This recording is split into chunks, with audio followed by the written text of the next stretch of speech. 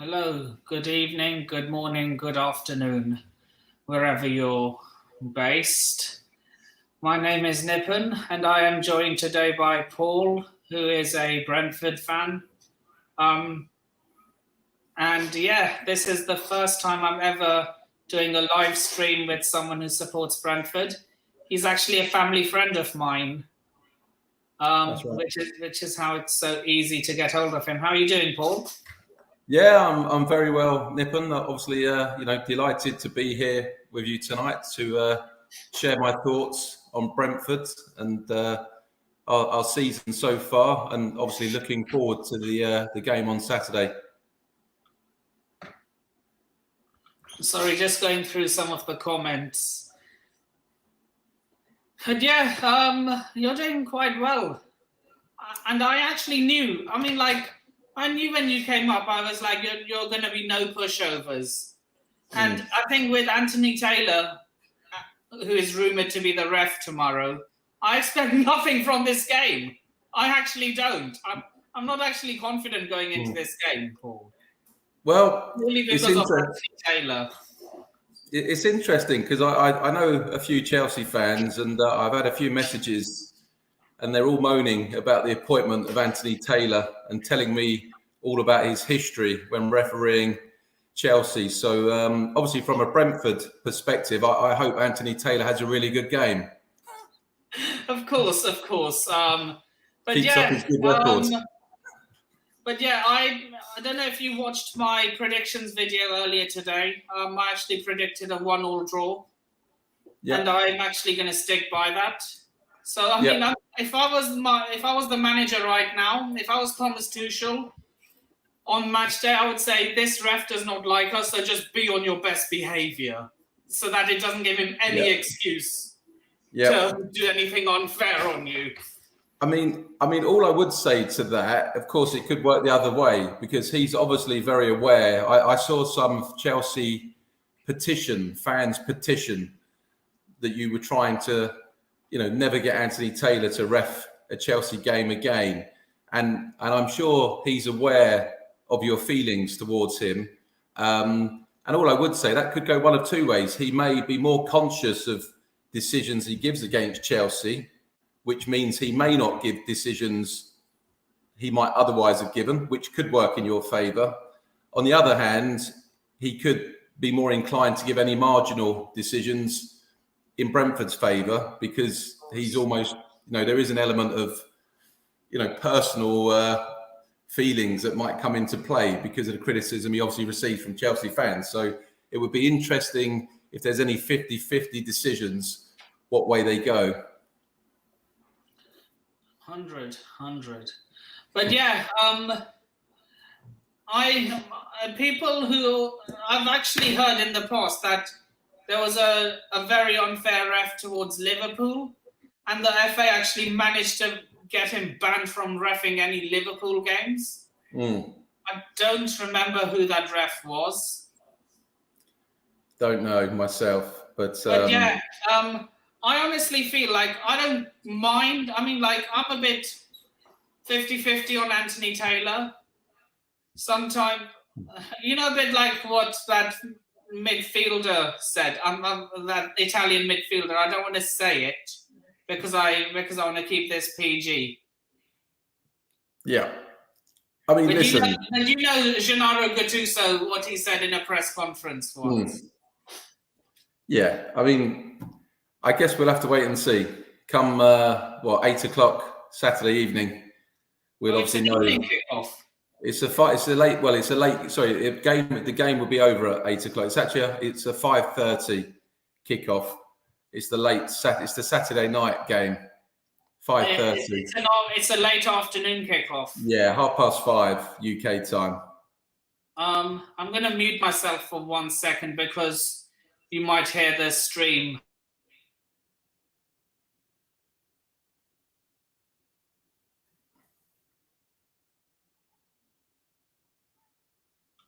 But I had to mute myself because I was opening YouTube in another tab. Sure. Because I didn't want my voice on the computer playing over. You know what I mean? Sure. That's fine. That's fine. But no, as I said, we'll have to wait until I guess about 8:15 Saturday night to see whether Anthony Taylor has had any effect on the game, on the result. Look, like I said, the moment I saw Anthony Taylor reffing that game, I was like, we're not walking away with a win. We're getting a draw, Max. We'll see. We'll see. I mean, if Chelsea turn up and play to their full potential, then despite the fact that Brentford have started the season incredibly well, and with certainly no pushovers, then player for player, you would still have to say that that Chelsea should have enough quality to beat us. But of course, we're getting back from an international weekend break. Players have been away with their countries. We've had a couple of players away, but you've I'm sure had more players away than we have. So it would be interesting to see whether that has an effect on the game. Well, we currently have. I've got the injury table up right here. We currently have 6 players on injury. A few of them are back in training. Thiago Silva is not due back until my birthday, actually. That's right. He's in Brazil, isn't he? I understand. Yeah, and I think he's quarantining as well. Mm. Okay, big up Amitabh Bachchan. You're definitely not the real person, but big up to you. That's impressive. We were watched by Bollywood. These are, oh God, never mind those bots.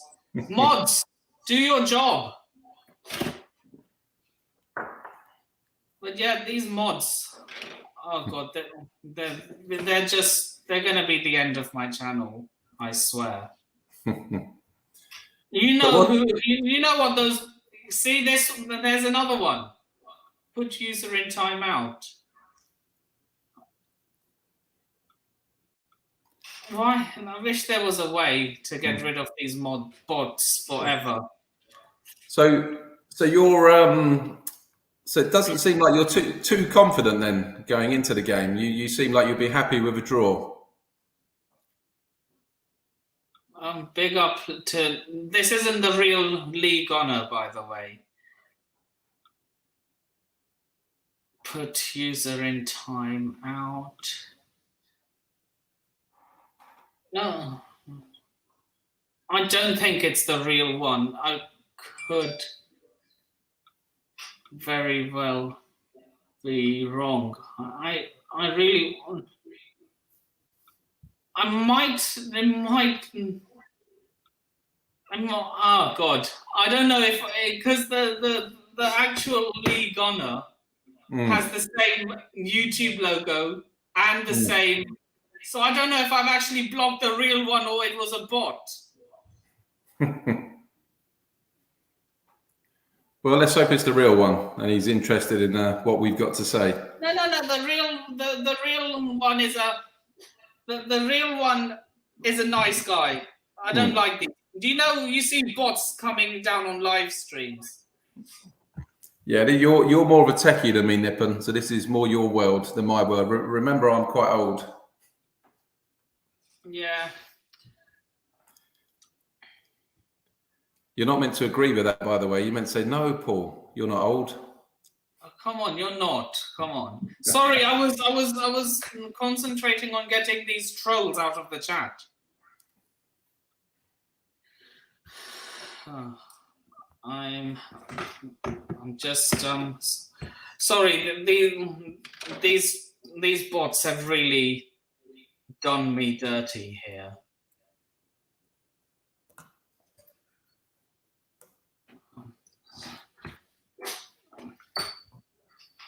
Oh, guys, just get a life, man.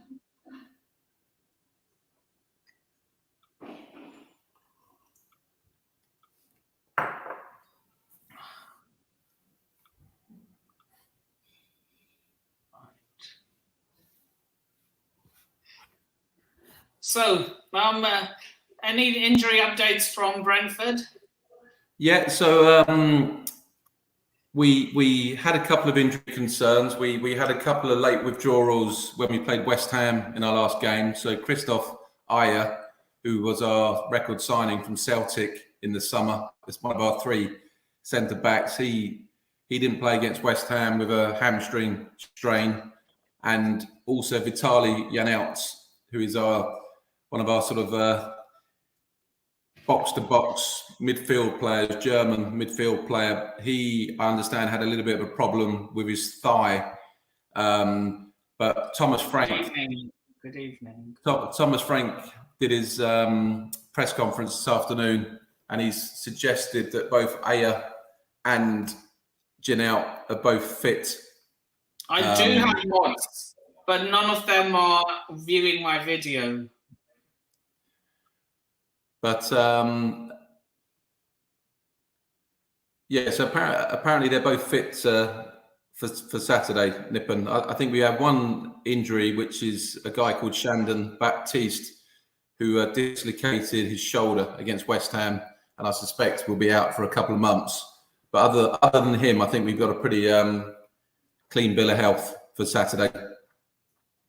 So looking forward to the game. Yeah, okay, Luke, I'll make you a mod. Because you seem to be the only real account there. Okay, Luke, you are now a mod. So you got that all sorted now? Yeah. Good.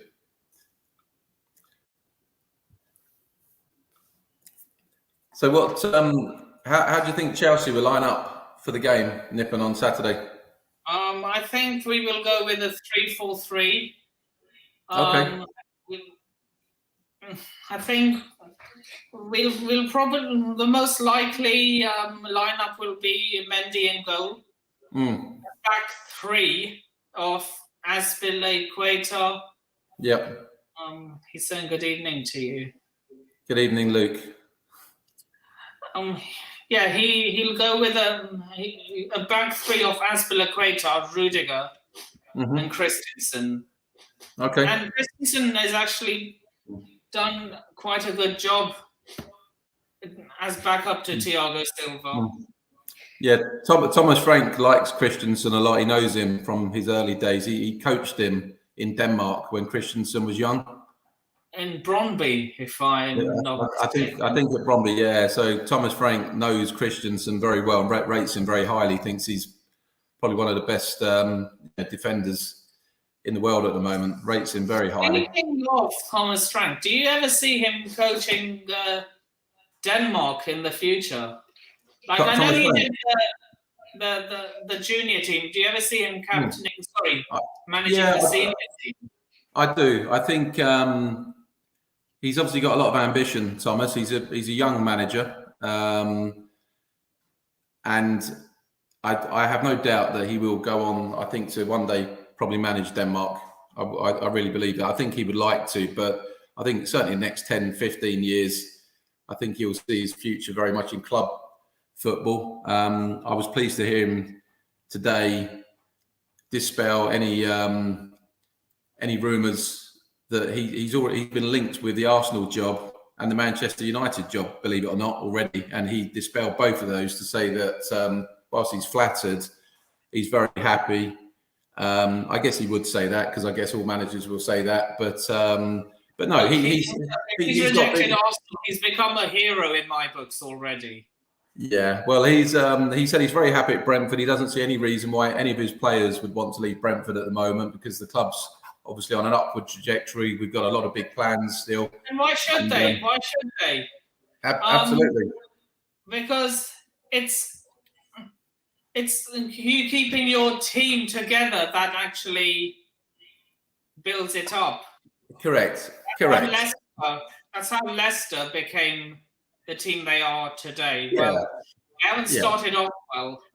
No, I mean obviously money talks. Obviously, Ivan Toney is very much our star man that everybody talks about, and if we got an offer for Ivan in the summer for 70 million, some ridiculous amount of money, could we There's only, look, if I see Ivan Toney leaving Brentford, I only see him in going to one team, Liverpool, because he's a Liverpool fan. He's a Liverpool fan, but of course, I think if Tottenham come looking, when Kane leaves Tottenham, as he inevitably will, I could see Tottenham. The thing is, will anyone want to buy him? Because if he's throwing up a fuss and dropping 0 out of 10s out of 0 out of 10s, would top clubs really want him? And his unprofessionalism, media. I think I suspect there would be still 1 or 2 clubs that would happily take Harry Kane. I think a happy Harry Kane. I tend to agree. Can I ask this question, please? What are my thoughts on the Werner to Newcastle links? Look, man, every time a player drops a bad performance, they will get linked with a move away. Timo Werner, for me, I've said this in so many podcasts and so many streams, and every time I'm met up with a football person, that Timo Werner is going to be our Roberto Firmino. I know he scored goals at Leipzig, and he was brought in to score goals over here. But he has really good link-up play, Timo Werner. And he works best. If you want goals, he works best in a strike partnership. Like that's what got the best out of him when he was at Leipzig. Like he played up front with Yusuf Poulsen, and they got the best out of each other. I've said this in so many streams. The only way Werner will score goals is if Lukaku and Werner played in a strike partnership. Otherwise, I see him doing the Firmino role, dropping deep, link-up play, and providing all the service for your Pulisic's, your Lukaku's, your Mounts, his international comrade in. Oh, good evening, Chris. How the devil are you? Good evening to you, Chris. So yeah. I tend to agree, by the way, about your Werner comments. I think he definitely looks better in a 2, and I think big man, little man kind of combination. Brentford, in many ways, have a similar setup with Toney and then Mbeumo. We've only really moved to that 2 up front in the latter stages of last season. We traditionally played 4-3-3, and then we got a couple of injuries. Rico Henry, our left back, got injured, and that sort of moved us to play 3 centre backs with the wing backs, and then the 2 strikers with the 3 midfielders. And Brian Mbeumo this season has been an absolute revelation alongside Toney. So I very much see Lukaku and Werner being a similar sort of combination. Big man, little man. Obviously Werner playing off of Lukaku. Yeah.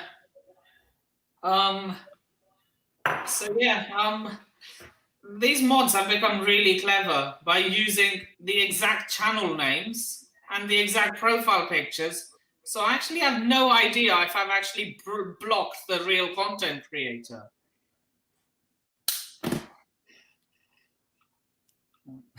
There's a bit of a conversation going on between the Leicester fan and the United fan. Yeah. But yeah. So yeah. So I'm. Tony never got the number 9 jersey, since he is your best striker. Yeah, I think that's more choice. I think he actually plays. I think he's one of those players. He has a certain number that he likes. But actually, I think it's interesting. If we'd been having this conversation 3 weeks ago, I would have probably been declined, almost resigned to, a comfortable Chelsea victory. I would have been thinking Chelsea would have too much for us. We obviously started the season well. I went away to Wolves thinking that would be the first time this season that we would probably come a cropper. And we comfortably beat Wolves away 2-0. I thought, okay, that was interesting because we actually dominated the game. Then we obviously had Liverpool at home the following game. And again, I thought, well, this is definitely going to be very unlucky in that game. Well, I actually thought this is going to be a bridge. VAR had kept its nose out. You guys would have won. You guys were easily the better team in that game. Well, we went toe to toe, and I think we surprised Liverpool. So I think they're used to. I think they're used to teams, obviously, particularly the smaller teams, sitting back, trying to defend. And maybe just try and nick a goal on the break, but that's not the way we play. We would always go out to try and win games. Liverpool's a good opponent because obviously, as you know, the way Liverpool play, they're very adventurous and they commit a lot of men forward. And what that does, they went all gung ho when they played against you. And it leaves a lot of space in behind. And Brentford are very adventurous. When we attack, we commit a lot of men forward, and it just became one of those crazy games that was end to end. Could have ended up, 5-5. I mean, it was just a crazy game.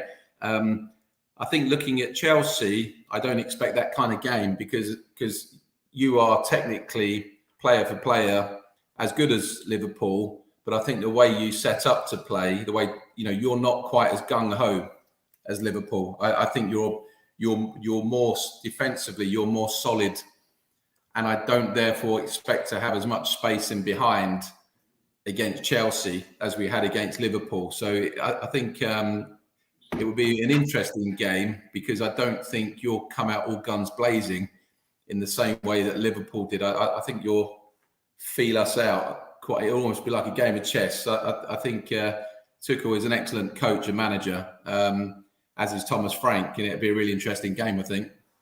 Yeah, he's Thomas Frank has actually started out in a very similar way to how Tuchel started out. Thomas Tuchel started out in Germany, managing Mainz. That's right. And then he moved up to Dortmund, then PSG, and now he's managing the Champions of Europe. Sorry. Yeah.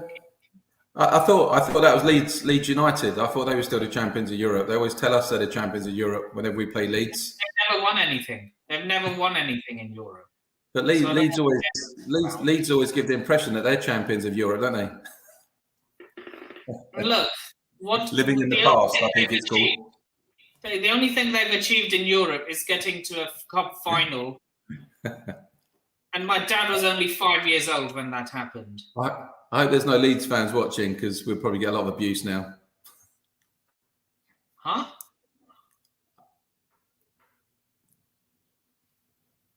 What were you saying, Paul? Oh, sorry. I said I hope there's no Leeds fans watching because we'll probably get a lot of abuse. They'll probably get the funny side of it. Don't worry. I hope so. Hopefully they've got a humour. Thank you. I'll try. Yeah. So just to answer this question, yes, I am going to the Southampton Cup game, and I will be doing a match day vlog for it.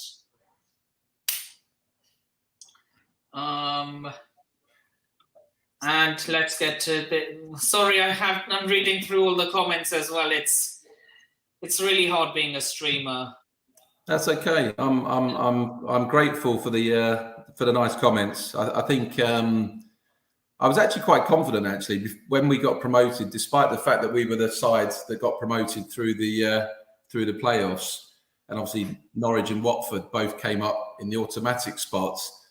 Knowing the way our style of football, I feel like we've almost been playing a Premier League style of football for the last couple of years in the Championship, and we were ready to get promoted. And I also had complete faith that we had assembled a squad that was ready to come up, unlike Fulham, for example, when they got promoted last season, and the times prior to that, when they pretty much just changed their complete starting 11.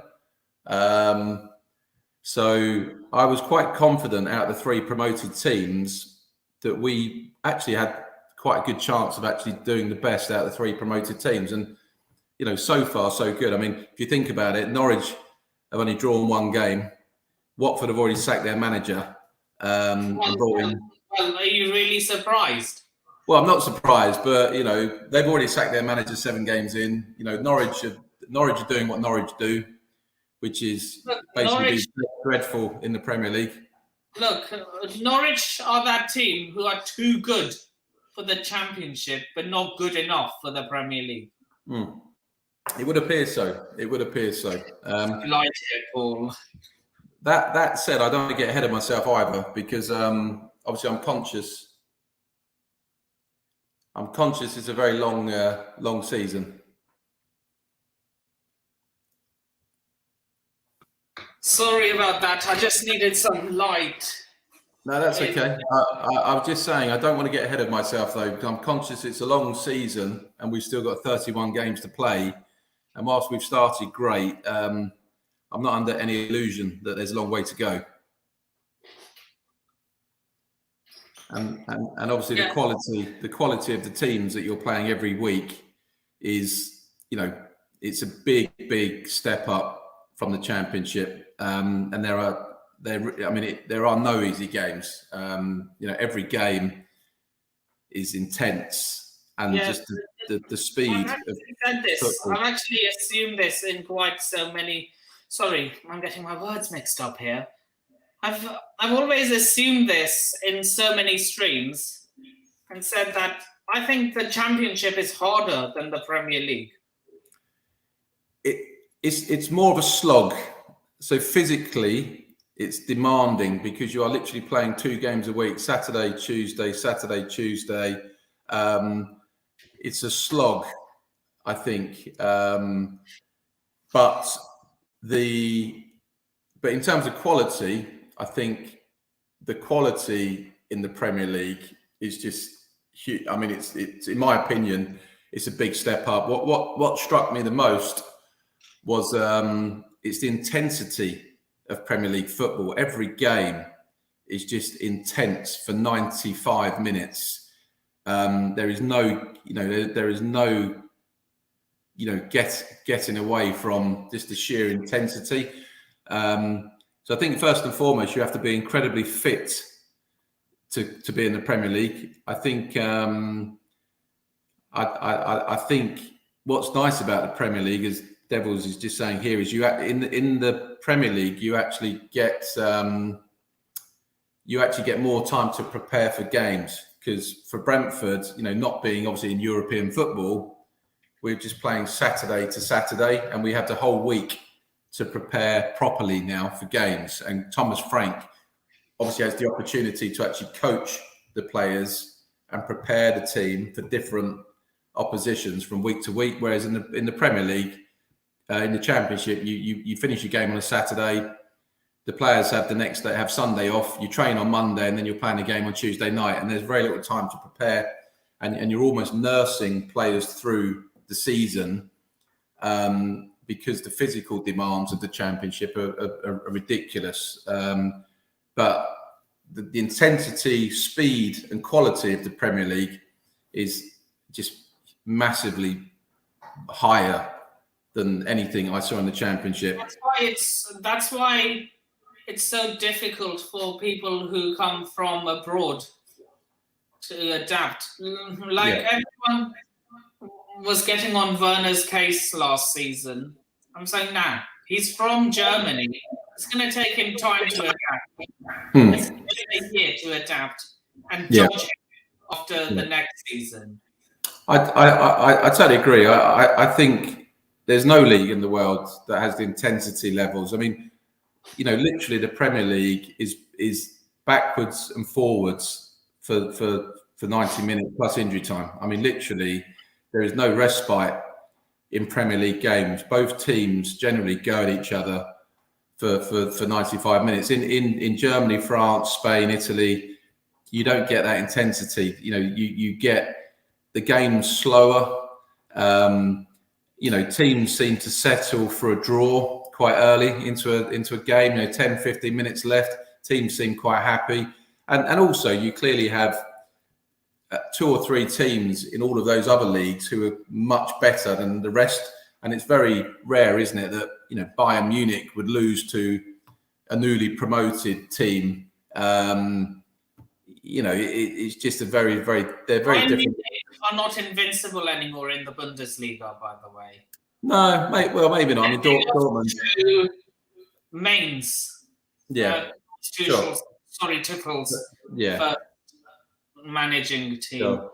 But you get my point. I mean, it's less common that the big ones, big sides lose to smaller sides. First. Yeah. So in terms of what do we need to do, I think we could probably do with. We definitely need to bring in full-back cover or wing back as we play. So I think we definitely need to bring in a right wing back that can cover and also keep Sergi Canos on his toes, and probably on the other side as well. Actually, I think a left wing back to give Rico Henry some competition as well. Always want another striker because I think our biggest risk. We're quite well covered in most areas of the pitch. The biggest risk to Brentford is obviously losing Ivan Toney to injury for any period of time, because as you would imagine, Brentford with our finances, we obviously can't have another Ivan Toney, who's going to happily sit on the bench. So I think we need to try and find a striker that's happy to be number 2 to Toney, but has quality to step in the event he was needed, and of course that's not easy to convince a good player to come and sit on your bench. But yeah, left wing back, right wing back, and a centre forwards, I would say would be our number 1 priorities. Okay, and in terms of Chelsea, we no more first teamers for a start. But we do need more quality on the bench. That's for sure. Saul,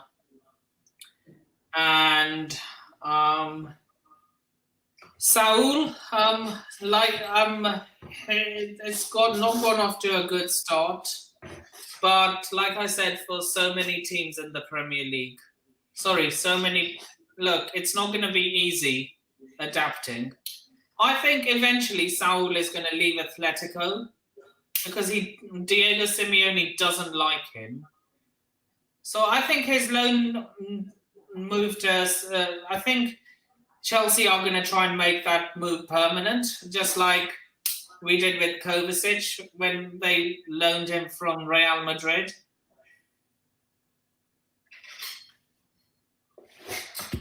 But yeah, So yeah, just more quality on the bench and backup, and probably another defender like a Jules Koundé, because make no mistake, he is not happy right now. Jules Koundé. You remember that whole fiasco that we bid 40 million for Jules Koundé. Sevilla initially accepted the bid, and the defender was under the impression that he was moving to Chelsea. So his mind was in London, saying, "Oh, I'm going to get my big money move to the Premier League," and then the Sevilla president decided to be a total. I'm not going to say it because I want to keep it PG. And blocked the move, saying, "Nah, Koundé, you're going nowhere." I mean, what would that do to your confidence if you were a footballer?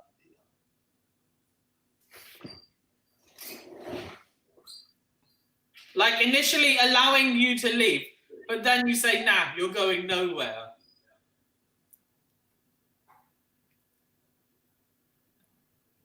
So do you think you're a little bit light then at centre back?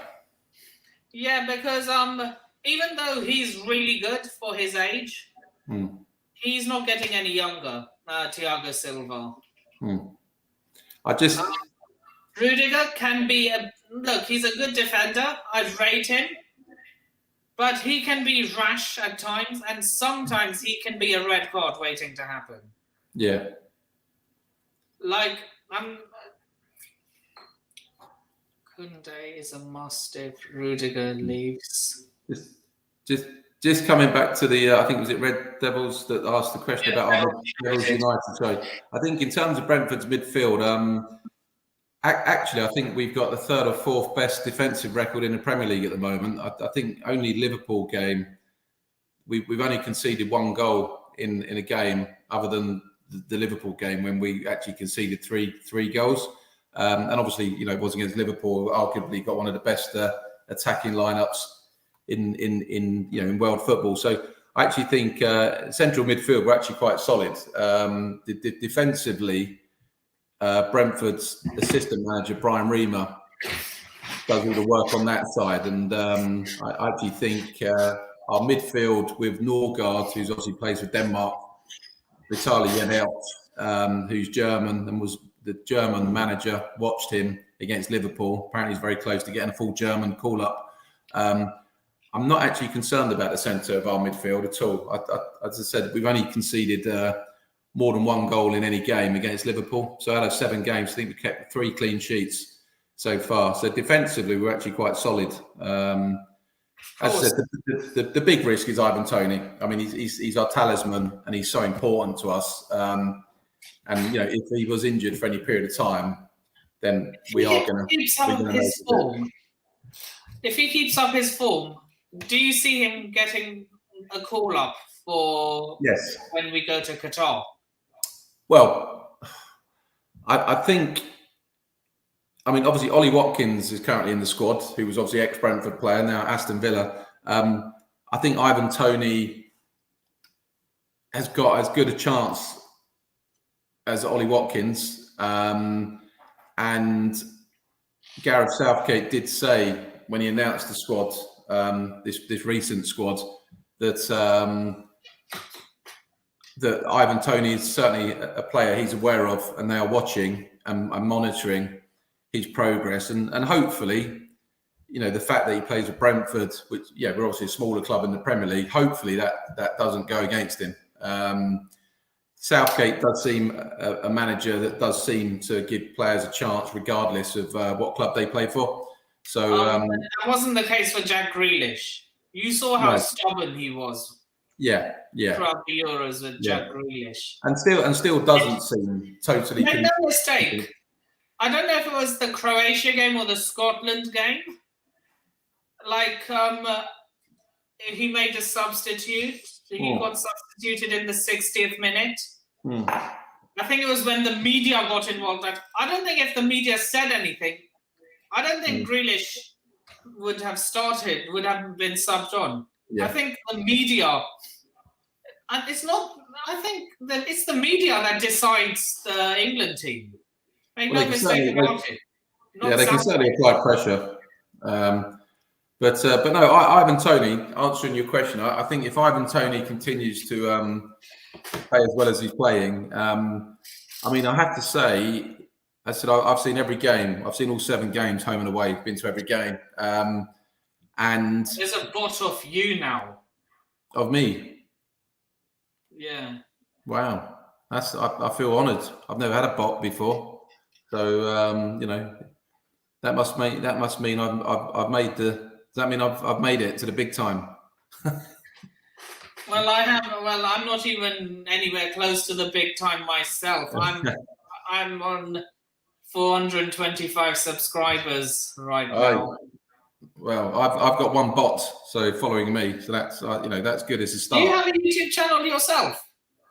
No. I told you I have a Twitter account, and that's about it. But I don't tweet particularly about football. I tend to read Twitter rather than comment on Twitter. But I know you youngsters and it's all about Instagram and TikTok, and my daughters are all have these this thing called TikTok, which That's doesn't mean much to me. That's why I only put the company you work for as your socials. No, that's fine. That's fine. So, but no, as I said, coming back to Saturday, looking forward to the game. I read something that I think the last time we played Chelsea in a league game was in 1947. So it's been a long time since we played Chelsea in the league. We've obviously played you in the cup a few times over the last sort of 10 years or so. But it's quite. You give your Twitter to people. You can have it. I think it's Paul Deval 73. It's not. There's not much on there of interest to you probably. But like I said, I don't particularly tweet. So, but no, I'm looking forward to the game. And as I said, it's.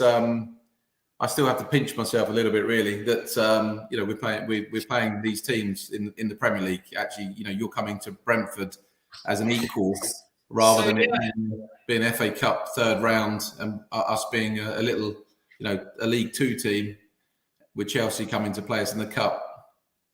Wait, League Two? How long ago was that? 2008. So not that long ago, really. Only 12 years ago, 13 years ago. Do you ever see Brentford being bought out? So, Matthew Benham, our owner, is a lifelong Brentford supporter. And obviously, ultimately, Matthew is responsible for everything that's happened to Brentford in the last 12, 13 years. Without Matthew Benham, Brentford may not even exist. We may have gone out of business, or we may have... Basically, a bury. Potentially. Certainly, I think we may have dropped out of the Football League. I think we may have been... certainly in the National League. We had Terry Butcher as our manager, the old England captain international, back in 2006-7. We had no money. We were owned by the fans, by Bees United, the Supporters Trust. I think we were bottom of League Two, and that's when Matthew Benham first got involved. He lent the club, I think, about £500,000, and then that obviously over time developed to him taking full ownership of the club. Obviously, the new stadium, the rise through the leagues, and without Matthew Benham, we certainly wouldn't be having this conversation today. Put it that way. Will Matthew sell the club in the future? Look, I was born in '93, so I distinctly remember myself as a Chelsea fan that we weren't always where we are now. Look, no.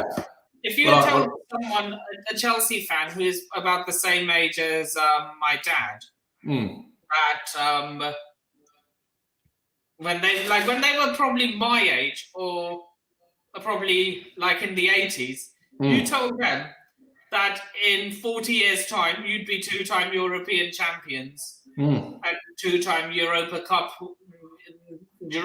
League winners. They'd probably laugh in your face. Oh yeah, I mean, I know Chelsea fans that obviously went in the 70s and the 80s. I mean, obviously Chelsea were always a reasonable sized club. I mean, I think you won the Cup Winners' Cup, didn't you, in 1970? When David Webb, we beat Real Madrid. I think David Webb scored from memory. But obviously Chelsea have had some hard times. I mean, Chelsea were in the second division, not in the 80s. Second division, it's the Championship now, isn't it? That's correct. Yeah, the equivalent, and obviously like Brentford with Matthew Benham. Then obviously, hi Luca. Then obviously, you obviously had originally Matthew Harding that bought the club from Ken Bates, and Matthew Harding, I guess, is the man that set you on this path initially. Yeah, and we have a stand named after him. Absolutely, the Matthew Harding stand, and I sometimes go and sit in that stand. Yeah, and the likes of and you signed the players like Ruud Gullit and these guys that were the first big names to come into Chelsea. Yeah, Marcel Desailly. That's right. do you ever see Brentford becoming like a Newcastle or a Man City or even a Chelsea? So first of all, I don't think Matthew Benham is in any rush to sell the football club, because I think his objective when he brought Brentford back in 2000 and I say when he got involved 2008. I don't think. Have you seen who the referee is? Have you seen who the referee is? Luca's got that the wrong way round, doesn't he? By the way, did he get his 1 and his 2 the wrong way round there? I think probably, but look, knowing our luck with Anthony Taylor, that wouldn't surprise me. Is that the number of players that Anthony Taylor's going to send off? Yeah, 2 Chelsea players and 1 Brentford player. Look, Anthony, look. Yeah, subscribe to Luca's channel. Get him to 1,200 subs. Yeah, but no, I think Matthew Benham won't sell the club for a long time. I think obviously his objective has always been to get Brentford in the Premier League. Now we're there, he's going to enjoy that. He's obviously a Brentford fan. He's enjoying obviously seeing the club in the in the Premier League. What is with these bots? Get a life. Matthew Benham also owns FC Midtjylland, or has the controlling interest in FC Midtjylland in Denmark, and his co-shareholder in Midtjylland is Denmark's most wealthy man, I understand, who owns 25% of FC Midtjylland. Matthew Benham owns 75%. I think the Danish guy is worth about 10 or 11 billion pounds. Do you see yourselves becoming, sorry if I keep interrupting you, because you keep interesting me with these facts. Do you see yourselves becoming the Danish Wolves? That's okay. The Danish Wolves. Wolves started buying a lot of the Portuguese players. Oh, I see. Oh, sorry. I see what you mean. You mean like the Premier League equivalent of Wolves, but yeah, the Danish. Yeah, I see. I mean, listen, there's a huge Danish connection there. We have a Danish manager. We have a Danish assistant manager. One of our directors of football is Danish. We have probably 4 or 5 Danish players. We have Norgard. We have Mathias Jensen, both full Danish internationals. Jensen, he's from Sweden. That's Pontus Janssen. We also have a player called Mathias Jensen, who's a midfielder. Yeah. So he's Danish, and then we have a whole bunch of younger Danish internationals, under 21 international. Just to confuse everybody, 3 of those players, their first name is Mads. They're all called Mads. We have Mads Bidstrup, Mads Rorsloff, and Mads Beck Sorensen. They're all part of our first team squad, and they're all Danish under 21 internationals. Yeah, so Mads is a very common Danish name. Yeah, well, we've got 3 of them in Brentford. So the most famous Mads I know is Mads Mikkelsen, and he's an actor. Okay. But yeah, no, I think what I do think is that maybe one day Matthew Benham might look for possibly some additional investment into Brentford, because Matthew is a wealthy man, but obviously not wealthy compared to a lot of the other Premier League. If you compare him to your guy, Abramovich, obviously, no one can get anywhere near the Saudis that have just taken over Newcastle. That's obviously on a different level completely. But Matthew Benham's worth probably hundreds of millions, not billions. And therefore, Brentford, as we have done, we have to do things smarter, and we have to, while we're big on the analytics and the data analytics of how we scout players. But Matthew has big plans, I know, for Brentford. I believe he obviously wants us to become established, and I think he would like one day to think we may have a shot at possibly Europa League football. Look, dream big and dream. Absolutely, totally agree. But I think I agree with you. By the way, I wrote down before tonight. I mean, you said at the outset you thought Saturday might be 1-1. My head, I can never back against Brentford. So my head says 1-1. My heart says 2-1 to Brentford. But my head says 1-1. And I'll be very happy with a 1-1. Yeah, now what I usually do in live streams when I'm collaborating or when I'm on my own in an upload. Yep. I would usually set out my preferred 11, and the 11 I think Thomas Tuchel is going to use. And since you're the home team, how do you think Thomas Frank is going to line up? So I don't think there'll be any surprises. I think we'll line up as we have done all season. So subject to players being fit, I think obviously David Raya in goal.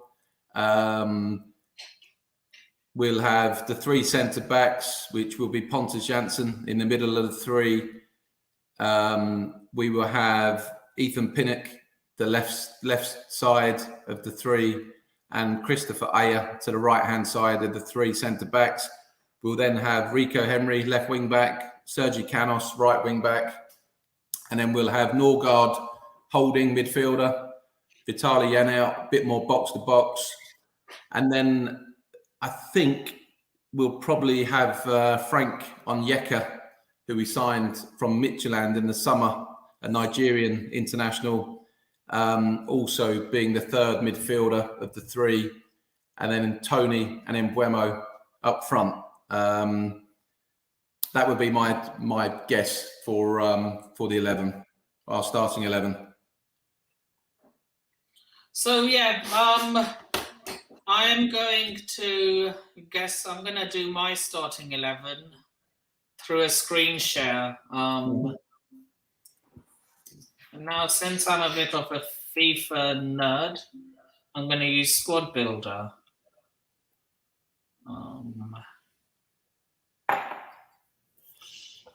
Share screen.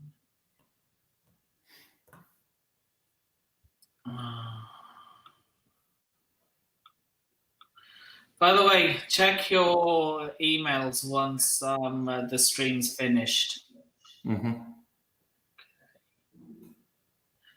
Right. So yeah, obviously, I think Thomas Tuchel will do what he does all season. He will either go 3-4-3 or 3-4-1-2. So I'm going to assume a 3-4-1-2 because I've seen Lukaku and Werner playing up front. So I think this is a game I'll see them playing up front together again. So no surprises in goal. He'll go with Mendy.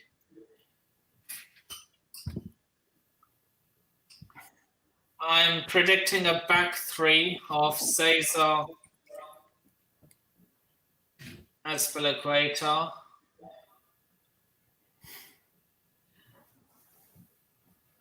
Andreas Christensen. Come on, why are they so upset?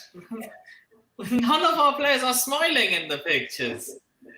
And there's a lot of gold though.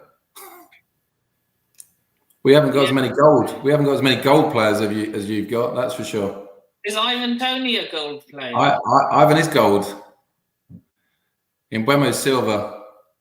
Much no, I don't. But I'm aware of these shields and obviously these player ratings from different things that I've seen. So the chance of Reece James playing is 75%. I'm viewing this on a separate tab, by the way. Apparently he's fit. Yeah, so for the sake, I'm going to put right. I'm not getting monetized anyway. How do I stop this? I can't. I don't. James. So, and if Kante is fit, I see him in the lone DM spot. Kante. I hope Kante plays. I'd like to see him. I've not seen Kante live, so I'd like to see Kante. Look, he is obviously. I'm gonna sound biased. He is, in my opinion, the best DM in the world. 5 minutes for all you if you disagree. Bayern Munich fans will probably come at me for saying, why didn't you choose Kimmich? Don't get me wrong, Kimmich is up there. But has he achieved what Kante has achieved? Like, I know he's got a treble, but has he got a World Cup? He hasn't achieved anything at international level yet. But yeah. And I think he can be a bit of a liability at times, if I'm honest with you, Kimmich. He nearly got himself sent off in the Barcelona game. So, he was basically one bad tackle away from getting sent off.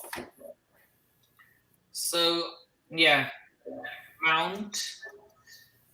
I see Mount playing because Tuchel likes him. Yeah, but he's played against us in the Championship when he was on loan at Derby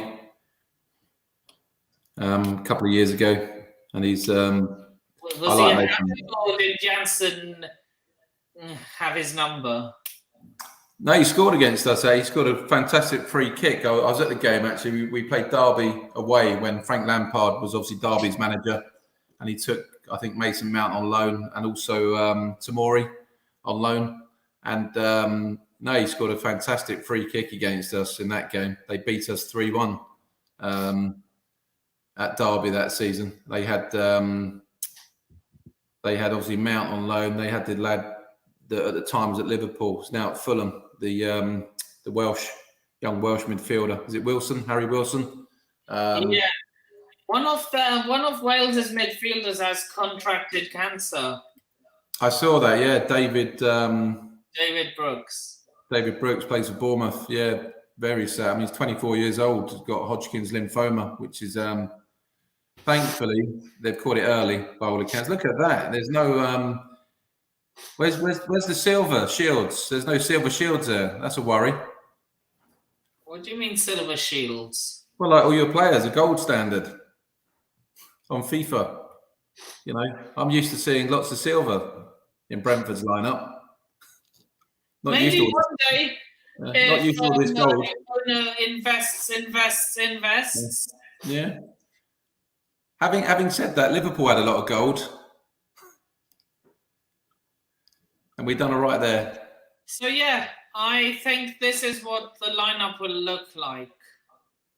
Or if you want to play in a 3-4-3, which he usually does, it could go one of two ways. First off, Werner will not start on the left wing. And no, Chilwell will not start as a striker. Yeah, that looks more like it. The Mount So will play you're going to see forward. something a bit like this. Yeah. I mean, obviously, me looking at that side, you know, player for player, you know, that's a phenomenal side, isn't it? And as I said earlier, you know, on paper, if Chelsea turn up and are absolutely 100% at it, then regardless of Anthony Taylor, that lineup should beat Brentford player for player. But you've got to turn up, and also, you know, we will. How many times? Gosh. Too many to remember, Noah. Probably, I don't know how many times, but we've certainly we've been in League One and League Two a lot in the last 60 or 70 years. Put it that way. Most of my time supporting Brentford is when they've been in League One. Was it known as League One back then, though? Well, it was the third division. So first, second, third, fourth division. So Brentford have spent, forget all the names now of the different leagues because they change obviously all the time, particularly in the Football League. But, Brentford traditionally have been a third division, third tier team for most of our history. So yeah, I'm enjoying everything right now. I feel like I've earned enjoy as much as you can. Nothing lasts forever. Absolutely. And yeah, on paper, like you said, we are the better team, Chelsea.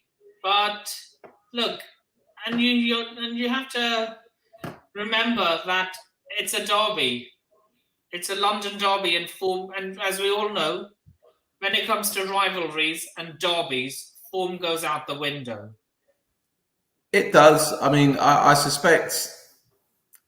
I mean, it's interesting because it is a derby. It is a West London derby, but actually, there's not really. I don't really feel a rivalry. Not at the moment, anyway. Maybe if Brentford are in the Premier League for a long time, maybe the rivalry would grow. That's what I meant. Not rivalry as such, but a derby. But it is a derby, but it's not like a nasty derby. I don't feel there's any kind of animosity. Well, neither do I, but you know what I mean. I know what you mean, but I think with Brentford at the moment, whoever we play, whether it's Chelsea, West London, or whether it's Manchester United, the other end of the country, I think every game we play at the moment, the fans are absolutely buzzing. The home support is buzzing, and the atmosphere at Brentford at the moment is just unbelievable. And even though it's a relatively small stadium for the Premier League, the noise that we generate and the acoustics of the new stadium are absolutely first class. So it's intimidating because obviously every Brentford fan at the moment is mad for it, quite frankly. Oh God, our stadium isn't that big either. I mean, considering the size of our club. But yeah. I mean, I like our stadium as it is, because the last thing I want is being moved to a corporate soulless bowl. Yeah. Like the two teams in North London. Well, Stamford Bridge is still quite a tight ground, I think. I've been to Stamford Bridge a few times over the years, and it's still quite tight. You're still quite close to the pitch. I was at West Ham week before last, and I thought, as a football stadium, I thought that was awful. Just West Ham, the London Stadium, Olympic Stadium is just. I thought it was a shocking football stadium. Clearly not designed for football. Look, they've chosen profit over glory. Oh yeah, absolutely. Well, they got the stadium for nothing, didn't they? I mean, didn't actually build it, didn't have to pay any money towards it, and but yes, they sold their soul a little bit. I think West Ham when they moved to that stadium. I used to love. So did Arsenal. Yeah, but at least Arsenal do own their stadium, and they did spend. They actually did. They did pay for it. But no, as I said, I'm looking forward to Saturday, and I think, as I said, on paper, looking at your team there, if that team turns up and they perform to their limit, then that team beats Brentford 9 times out of 10. If they turn up and they're only 90%, a little bit tired from the international break, we do not make it easy. They will be surprised at how hard we work and how high we press up the pitch. I don't think Thomas Tuchel underestimates this team. Thomas Tuchel will not underestimate us because he's too good a manager to do that. But of course, players may still turn up thinking, "Who's this team we're playing?" And it'd be interesting. I think everyone watches everything these days. I think probably the fact that we're currently 7th in the Premier League, the fact that we've only lost one game, I guess we're not going to be underestimated now, probably going forwards. I think people, you're probably right. I think managers and teams and supporters of other clubs now actually think that's not going to be an easy game. It was quite interesting. One of your Twitter accounts, I think it's CFC Daily or something like that. I come across, and that whoever runs that Twitter account, he on a rolling basis, he puts up Chelsea's next 5 fixtures. And I'll answer some of those questions in a minute, guys. And see you later, Devils United. Yeah. See you, Devils. I think about 4 or 5 weeks ago, I saw he'd put your next 5 games up, and Brentford at the time was your last game in that 5-match run. And most Chelsea fans were coming on, obviously giving their score, their predictions, whether you'd win or lose. And, pretty much everybody expected Chelsea at that time to beat Brentford. Brentford, that's a definite Chelsea win. And then I noticed last week, he put your next 5 games up. I do not underestimate teams. No. I'm not even look, October is usually a time Chelsea underperform. So I'm not even underestimating Norwich at this point in time. No, I agree. You can't underestimate anybody. Because we all know what it's like for us sometimes. Oh, look, little old Norwich. Yeah. Every single game. Next minute they come to the bridge. Charity FC comes. Yep.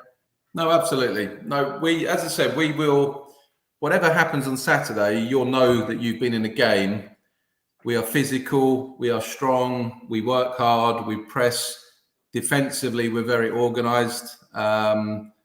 We have obviously quality going forward in Buemo, in Tony, in our wing backs, Rico Henry on the left, Sergio Canos on the right. So we have a threat going forward, and we're defensively very, very well organised. So whatever the result, Chelsea will walk off the pitch knowing that they were in a game. Which is the way it should be. And as I said, if you're at 90%, then we've got a chance of upsetting you. If you're 100%, and looking at that lineup you've put there, as I said, if all 11 of those players are 100% at it, realistically, you should beat us. But so 1-1, like I said, that's my prediction. I think 1-1. My head says 1-1. Let's see what the chat says. So Luca has said a Chelsea win. Devils United has gone 2-2. Like that. I like Devils.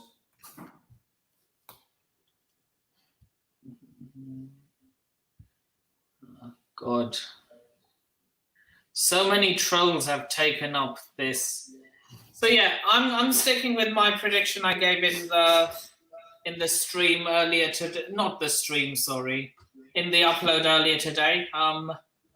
You can view that from my channel.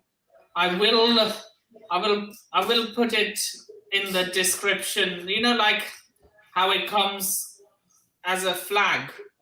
Once I end the stream, I will edit that in so you can click straight on to view it.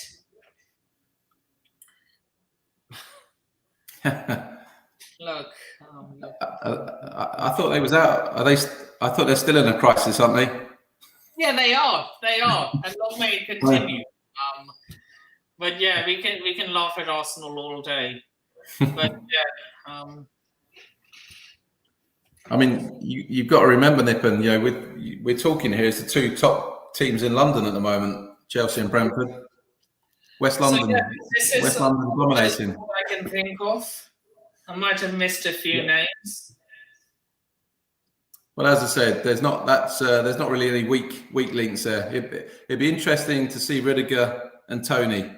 I imagine Tony would try to get on Azpilicueta,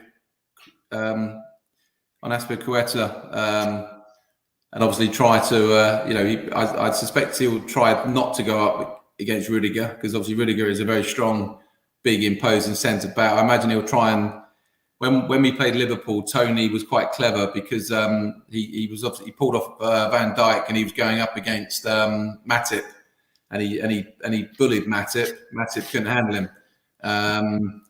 So I imagine Tony will be looking to target Aspilicueta. Do you see what I've done? Yeah, you flipped us. You've put us on the right badge. Yeah, I was like, something's not quite right here.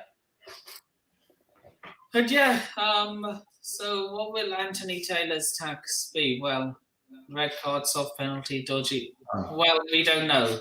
We don't know yet. Hopefully there'll be lots of tax, Luke. Brentford. But yeah. We hope Anthony Taylor carries on. Prediction. Yeah, one I think is not unreasonable. I will be delighted with a 1-1 draw. I have to say, I'll be very pleased with that. I will go home a happy man if it ends 1-1. If we can pull a miracle out the bag and come away with 3 points, then that would be heaven, because I suspect we might even be in the top 4 if we manage to beat you by some miracle. So that really would be quite heady days for us. I would say it's a miracle if we win with Anthony Taylor. Well, I do hope you're right. I mean, I really hope Anthony Taylor, carries on with his good form against Chelsea. I'm quite happy for him to send off Lukaku and Mason Mount. If they get sent off, I've got no problem with that at all. He's going for a 1-0 Brentford win. I think he's right though about what he says about Lukaku. I think what I've seen of Chelsea, I haven't seen a huge amount of Chelsea this season, but what I have seen, it still seems that the team are trying to work out how to best to link up with Lukaku still and play to his strengths. So I think obviously that will come in time, but I think as he says, I think they haven't still quite worked out how to get the absolute best still out of Lukaku, but obviously that will come. Maybe, but we play the Champions League on Wednesday. That's on my birthday, which I will be going to the game as well. But I think that will be enough time to rest as well. Like 3 days should be enough. Yeah. Also, I actually don't think this is a game for Chelsea to mess around and actually put a weaker side out. Because I think if you do that, then I think you could actually come a cropper. I don't think Thomas Tuchel will prioritise the Champions League game against Malmo. I agree. I think Malmo are a weaker. I mean, I know it's Champions League, but I think Malmo are a weaker side than Brentford. I think Brentford are a better side than Malmo. So I think actually you'll put your strongest side out against us, and if anything, play a slightly weaker side against Malmo. If I'm going as far as to say, if we put Kepa in net against Malmo, we still keep a clean sheet. Yeah. I mean, I'll be very happy if you play Kepa against us, of course. Look, Kepa has not been bad recently. No, I'd still be happy to see him in goal, though. Yeah. So what did you think? What did you think of Mendy? And did you think he should have been a Ballon d'Or on the Ballon d'Or list? Yeah. Look, the players who made it on ours were Mason Mount, N'Golo Kante, Cesar Azpilicueta, and Jorginho. I thought Mendy was unlucky not to be on the list. But no, he's obviously he's a quality keeper, and obviously one of your missing links that you've been obviously needing that quality. That was my preferred lineup, what I showed you on a screen share. So now the lineup I think Thomas Tuchel is going to go with. I think he's going to go with Mendy in goal. I think he'll choose the same back three as I've predicted. he'll go with. For some reason, I think he'll pick Alonso instead of Chilwell. Mm-hmm. I think he'll start Kante and Jorginho and Reece James in the wing-back position. And the front three, I think, will be Mount, Lukaku, and Havertz, not Werner. So, yeah. Anything else you want to say before we wrap up? No, it's been a pleasure to join you tonight. I appreciate the invitation, and I wish Chelsea, obviously, a good season after Saturday. Obviously, I hope we stuff you on Saturday, but after that, you can win every game. But I'm looking forward to it. As I said, it's a bit of a free hit for us, really, because the reality is Brentford have no pressure to actually take anything. We've got 12 points already in the bag, which is more than we probably envisaged after 7 games. And so Saturday is a free hit for us, really. Any points we get will be welcome, but we can go into the game with no pressure, very relaxed, because if we lose the game, as people will expect us to lose, then it's not a surprise. So it's a bit of a free hit for us, I think, this game, which obviously, all the pressure is on Chelsea, really, because obviously the expectation is for Chelsea to win. And obviously Chelsea are currently in probably a 3-way battle, I would say, for the Premier League with I think Man City and Liverpool. I don't think Manchester United will feature in the Premier League chase. So obviously there's more pressure on you. Man United have a squad good enough to win the league. Yeah. Well, if they sack the manager, things might change. They have a brain-dead tactician in Correct. Solskjaer. Correct. For the sake of every other rival, for every other person, Ollie at the wheel, man. Yeah, I agree.